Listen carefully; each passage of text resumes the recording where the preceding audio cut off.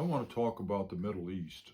I've been very upset about this because I have the view that the people being killed in Gaza and also in the West Bank are not being hunted.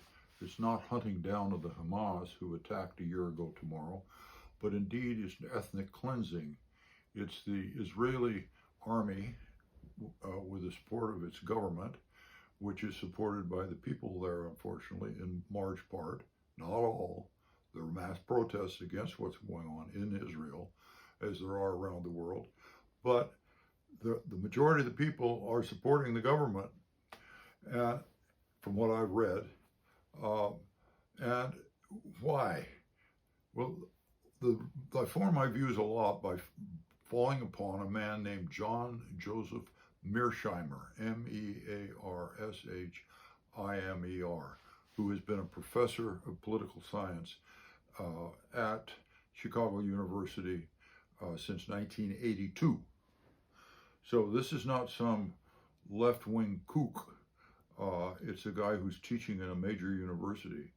And he goes through a great deal of detail to get to the point, to point out that the Israelis are not just wanting to get rid of Hamas, they want to get rid of the Palestinians from Gaza.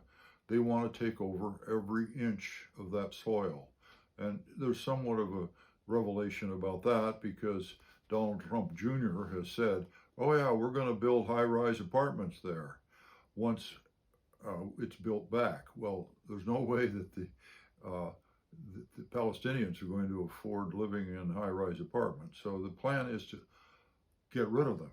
The problem is Israel has no idea what to do with them, and the surrounding countries won't take 2 million refugees. So they sit there on the edge of starvation while the United States funds the Israeli army ethnically cleansing these people. Now, I've been very naive most of my life not to know as much as I should have about ethnic cleansing. I didn't really get up on the Holocaust until I was about 50 years old. I'd read some about it, but when I went to Amsterdam when I was 51 years old, I learned a lot more about the Holocaust. I went to the Resistance Museum. I talked with my third cousins who were in their 80s, two of them who had resisted and been in the underground and so on. And I've read books about the Holocaust. And so what I see happening in Israel now is like the Holocaust. We tend to become what we hate, as somebody told me the other day. And I'm deeply disturbed by our mainstream media continuing to say this is the war against Hamas. This isn't a war, this is a slaughter. There's very little firepower with Hamas. They did that one horrible attack a year ago tomorrow and killed 1,200 or so people, which was horrible, horrible. But the rest of the story, as I've learned more about it, is the people in Gaza have been held like in a prison, an outdoor prison, for 70 years. And finally, they went crazy and struck back. And I guess partly they got what they wanted because the entire world now, with the exception of the United States and Israel, are condemning what the Israelis have been doing to the Palestinians. And they're saying, yes, horrible, October 7th, horrible, horrible, but do you kill 40,000 people who are unarmed in response to 1,200 people being killed? It's ethnic cleansing.